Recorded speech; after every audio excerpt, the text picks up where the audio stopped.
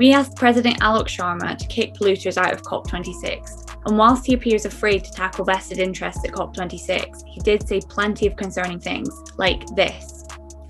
By committing to reach net zero and setting science-based targets to achieve this goal, all our sponsors are joining the growing number of businesses committing to reduce their impact on the environment and helping to drive decarbonisation. And this. That's why, in the build-up to COP26, I am calling on all businesses to join the race to zero, which requires that businesses set ambitious commitments to be net zero by 2050 or earlier. Net zero is everywhere, and Alok Sharma is pushing this concept hard. But this is just a smokescreen for business as usual, and Alok Sharma knows it. Why? Well, the 2050 deadline is already a death sentence for many. What about the climate-driven wars, famines and disasters happening right now? But of course, that assumes action will happen by 2050. Instead, the opposite seems more likely. Net zero plans are based on speculative technologies that don't exist yet, an impossible amount of land to store carbon, whilst business as usual carries on unabated. Net zero is not real zero, but it does lend itself to something on the agenda at COP26, carbon markets.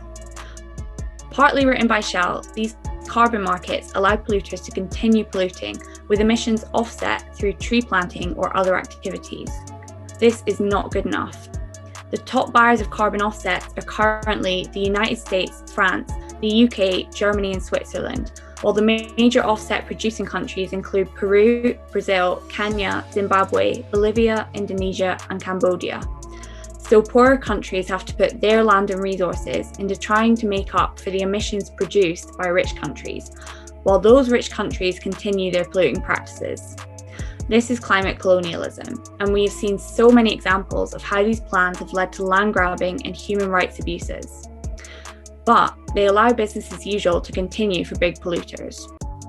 It is clear that the UK government intends to legitimise the violence and lies of big corporations for yet another year. But what if those corporations weren't there to drown everyone else out? Frontline voices could actually lead global climate policy and actually change things. We could redistribute wealth and control, transition to renewable energy, and channel resources into meeting human needs rather than private profit. Join us at Glasgow Calls Out Polluters to take action against the UK government and show polluters they are not welcome in Glasgow this November. You can find us on social media here, and you can find our good friend Alok Sharma's response to our open letter at gcop.scot.